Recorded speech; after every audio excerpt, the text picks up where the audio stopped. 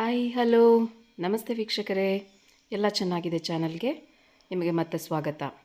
ನಾನಿವತ್ತು ಒಂದು ಟೇಸ್ಟಿಯಾಗೆ ಸಿಂಪಲ್ಲಾಗೆ ಮತ್ತು ಆರೋಗ್ಯಕರವಾದ ಹಲಸಂದೆ ಕಾಳು ಹುಳಿ ಸಾರನ್ನು ಹೇಗೆ ಮಾಡೋದು ಅಂತ ತೋರಿಸ್ತಾ ಇದ್ದೀನಿ.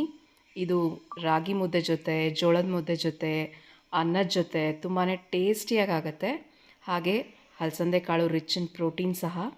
ಹಾಗಾಗಿ ಈ ಹುಳಿ ಸಾರನ್ನು ಹೇಗೆ ಮಾಡೋದು ಅಂತ ಇವತ್ತು ತೋರಿಸ್ತಾ ಇದ್ದೀನಿ. ಇದನ್ನು ಹೇಗೆ ಮಾಡೋದು ಅಂತ ನೋಡೋಣ ಬನ್ನಿ. ಮೊದಲಿಗೆ ಇದಕ್ಕೆ ನಾನು ಸುಮಾರು 1 ಕಪ್ ಆಗುವಷ್ಟು ಒಣಗಿರೋ ಅಲಸಂದೆ ಕಾಳನ್ನು ಚೆನ್ನಾಗಿ 2-3 ಬಾರಿ ತೊಳ್ಕೊಂಡಿದ್ದೀನಿ. ನಾನು ನೆನೆಯಾಕಿ ಏನು ಇಟ್ಕೊಂಡಿಲ್ಲ, ನೆನೆಯಾಕಿ ಸಹ ಮಾಡ್ಕೊಳ್ಬೋದು. ಹಾಗೆ ಕುಕ್ಕರಿಗೆ ನಾನಿಲ್ಲಿ ಅಲಸಂದೆ ಕಾಳನ್ನ ಸಹ ಸೇರಿಸ್ತಾ ಇದ್ದೀನಿ. ಇದು ನೀವು 1 ಗಂಟೆಗಳ ಕಾಲ ನೆನೆಯಾಕಿ ಸಹ ಮಾಡ್ಕೊಳ್ಬೋದು, ಇಲ್ಲದೆ ಹೋದರೆ ಒಣಗಿರೋ ಕಾಳನ್ನ ಸಹ ಹಾಕಿ ಮಾಡ್ಕೊಳ್ಬೋದು. ಈಗ ಇದಕ್ಕೆ ನಾನು 3 ಚಿಕ್ಕ ಸೈಜ್ನ ನಾಟಿ ಟೊಮ್ಯಾಟೊ ಹಾಕ್ಕೊಳ್ತಾ ಇದ್ದೀನಿ. ಹಾಗೆ 1 ಈರುಳ್ಳಿ, 1 ಆಲೂಗೆಡ್ಡೆನ ದಪ್ಪದಾಗಿ ಹೆಚ್ಚಿ ಹಾಕ್ಕೊಳ್ತಾ ಇದ್ದೀನಿ.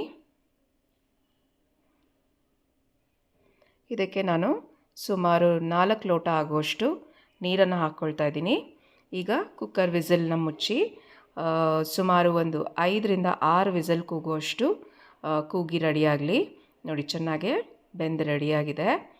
ಕಾಳು ಗಟ್ಟಿ ಇರೋದ್ರಿಂದ 5-6 ವಿಸಲ್ ಕೂಗಿಸ್ಕೊಂಡ್ರೆ ಚೆನ್ನಾಗಿ ಬೇಯುತ್ತೆ. ಈಗ ಕಾಳು ಚೆನ್ನಾಗಿ ಬೆಂದಿದೆ. ಒಂದು ಮಸಾಲ ರೆಡಿ ಮಾಡ್ಕೊಳ್ಳೋಣ. ಇದಕ್ಕೆ ನಾನು ಸುಮಾರು ಒಂದು 1/4ರಿಂದ ಅರ್ಧಕ್ಕಿಂತ ಸ್ವಲ್ಪ ಕಡಿಮೆ ತೆಂಗಿನಕಾಯಿ, ಒಂದು 6-7 ಎಸಳು ಬೆಳ್ಳುಳ್ಳಿ, ಕೊತ್ತಂಬರಿ ಸೊಪ್ಪು, 1 ನಿಂಬೆಹಣ್ಣು ಗಾತ್ರದಷ್ಟು ಹುಣಸೆಹಣ್ಣನ್ನು ತೊಳೆದಿಟ್ಕೊಂಡಿದ್ದೀನಿ. ಹಾಗೂ ಬೆಂದಿರೋ ಅಂಥ ಟೊಮ್ಯಾಟೊನ ಹಾಕ್ಕೊಳ್ತಾ ಇದ್ದೀನಿ. ಹಾಗೆ ಹಲಸಂದೆ ಕಾಳನ್ನು ಸಹ ಸ್ವಲ್ಪ ಸೇರಿಸ್ಕೊಳ್ಳೋಣ. ಇದರಿಂದ ಸಾರಲ್ಲಿ ತಿಕ್ನೆಸ್ ಕೂಡ ಚೆನ್ನಾಗಾಗತ್ತೆ, ರುಚಿನೂ ತುಂಬ ಚೆನ್ನಾಗಾಗತ್ತೆ. ಹಾಗೆ 3 ಚಮಚದಷ್ಟು ಸಾಂಬಾರು ಪುಡಿನ ಬಳಸ್ತಾ ಇದ್ದೀನಿ. ನೀವು ನಿಮ್ಮ ಮನೆಯಲ್ಲಿ ಸಾಂಬಾರು ಪುಡಿ ಖಾರ ಯಾವ ಥರ ಇದೆ ನೋಡಿಕೊಂಡು ಹಾಕ್ಕೊಡಿ. ಈಗ ಅದನ್ನ ಗ್ರೈಂಡ್ ಮಾಡ್ಕೊಳ್ಳೋಣ ನೀರು ಹಾಕ್ಕೊಂಡು. ಈಗ ಈ ಕಡೆ ಕಾಳುಗಳಿಗೆ ರುಚಿಗೆ ತಕ್ಕಷ್ಟು ಉಪ್ಪನ್ನು ಸೇರಿಸ್ತಾ ಇದ್ದೀನಿ. ಹಾಗೆ ರುಬ್ಬಿರೋ ಅಂಥ ಮಸಾಲನೂ ಸಹ ಸೇರಿಸ್ಕೊಳ್ಳೋಣ. ಈಗ ಅದೇ ಮಿಕ್ಸಿ ಜಾರ್ಗೆ ಸುಮಾರು 1-1.5 ಲೋಟ ಅಥವಾ ಕನ್ಸಿಸ್ಟೆನ್ಸಿಗೆ ಎಷ್ಟು ಬೇಕೋ ಅಷ್ಟು ನೋಡಿಕೊಂಡು ನೀರನ್ನು ಸೇರಿಸ್ಕೊಳ್ಳೋಣ. ಈ ಸಾರು ತುಂಬಾ ಟೇಸ್ಟಿಯಾಗತ್ತೆ. ತರಕಾರಿ ಏನೂ ಇಲ್ಲ ಅಂದಾಗ ಮನೆಯಲ್ಲಿ ಹಲಸಂದೆ ಕಾಳಿದ್ರೆ ಕ್ವಿಕ್ಕಾಗೆ ಮಾಡ್ಕೊಳ್ಬೋದು. ಮುದ್ದೆ ಜೊತೆ ತುಂಬ ಚೆನ್ನಾಗಿರುತ್ತೆ ಟೇಸ್ಟು. ನೋಡಿ, ಈಗ ನಾನು ಮತ್ತಷ್ಟು ನೀರನ್ನ ಸೇರಿಸ್ತೀನಿ. ಹಾಗೆ ಸ್ವಲ್ಪ ಬೆಲ್ಲನ ಸೇರಿಸ್ಕೊಳ್ಳೋಣ. ಅದರಿಂದ ಉಪ್ಪು ಹುಳಿ ಖಾರ ಎಲ್ಲ ಚೆನ್ನಾಗಿ ಬ್ಯಾಲೆನ್ಸ್ ಆಗುತ್ತೆ. ಈಗ ಇದನ್ನು ಕುದಿಯೋದಕ್ಕೆ ಬಿಟ್ಬಿಟ್ಟು ಒಂದು ಒಗ್ಗರಣೆನ ರೆಡಿ ಮಾಡ್ಕೊಳ್ಳೋಣ. ನಾನಿಲ್ಲಿ 1 ಟೇಬಲ್ ಚಮಚದಷ್ಟು ಎಣ್ಣೆನ ಹಾಕ್ಕೊಳ್ತಾ ಇದ್ದೀನಿ ಒಂದು ಪ್ಯಾನ್ಗೆ. ಹಾಗೆ ಸಾಸಿವೆ, ಜೀರಿಗೆ, ಹಿಂಗು, ಕರಿಬೇವಿನ ಸೊಪ್ಪು ಇಷ್ಟನ್ನು ಹಾಕ್ಕೊಂಡು ಒಗ್ಗರಣೆ ರೆಡಿ ಮಾಡ್ಕೊಳ್ಳೋಣ.